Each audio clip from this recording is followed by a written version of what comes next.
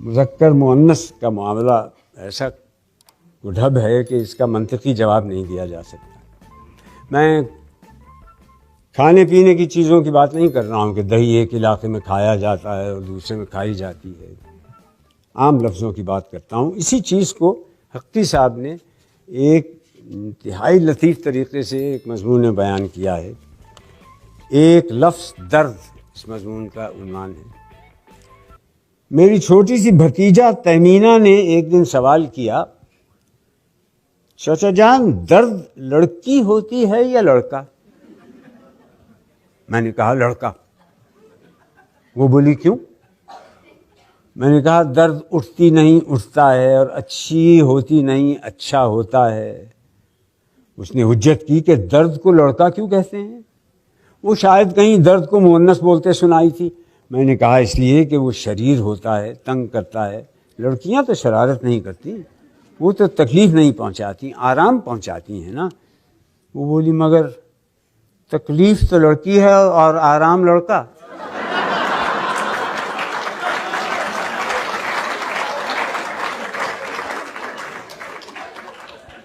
اس پر میں ذرا چکرایا، بات بنانے کو کہا بھائی بعض لڑکیاں بھی تو شریر ہوتی ہیں، آخر تو بس تکلیف ایک ایسی شریر لڑکی ہے، مگر دیکھو خوشی لڑکی ہے اور رنج لڑکا۔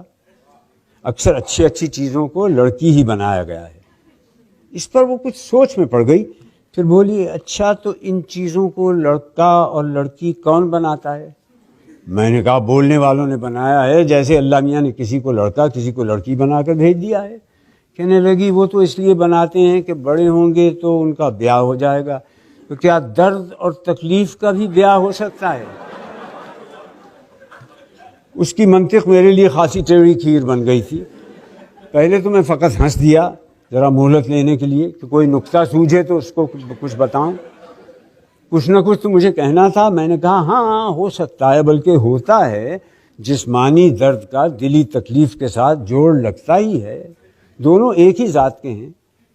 تہمینہ پوچھنے لگی پھر کیا ان کے بچے بھی ہوتے ہیں؟ میں نے کہا ہاں ضرور ہوتے ہیں، آہیں آنسو کراہیں سبکی سسکی۔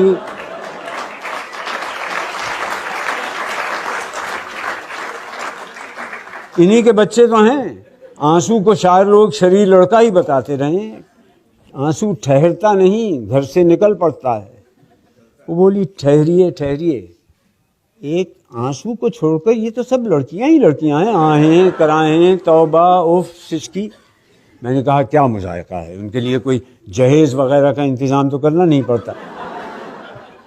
اب اس نے پوچھا کہ انہیں پہچانتے کیسے ہیں کہ کون لڑکی ہے اور کون لڑکا؟ میں نے کہا ایسے ہی جیسے آدمیوں کو، یعنی نام سے۔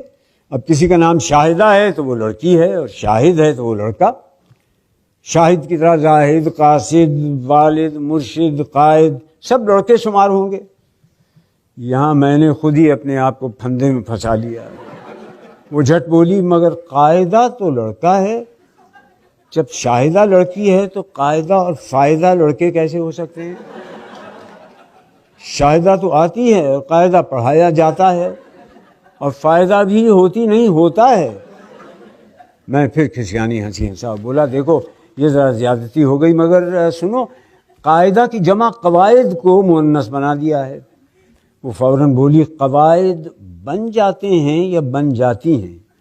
ابھی تو آپ نے کہا کہ قواعد کو قاعدہ کے بدلے میں لڑکی بنایا گیا ہے۔ میں نے سنجیدگی قائم رکھنے کے لیے کہا مطلب یہ ہے کہ سن کر یا پڑھ کر اس کی آواز سے محسوس ہو جاتا ہے کہ لفظ مذکر ہے یا مؤنث۔ اس نے اپنی چلائی، کہنے لگی مجھے تو درد لڑکی لگتی ہے۔ میں نے پیچھا چھڑانے کو کہا ہاں چلو تم یوں ہی بولا کرو، اور لوگ بھی بولتے ہیں، تم اکیلی نہیں ہو۔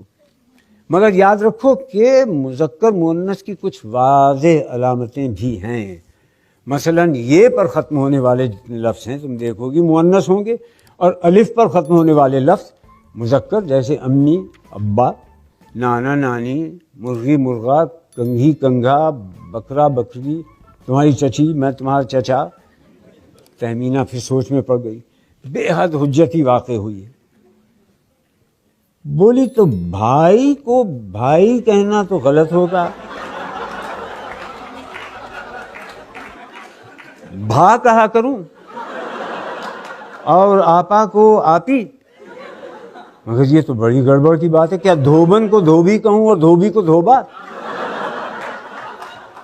میں نے بات کا رخ بدلنے کے لیے کہا دیکھو بعض لفظوں میں جو آخر میں یہ آتی ہے یہ ان کے پیشے کو ظاہر کرتی ہے.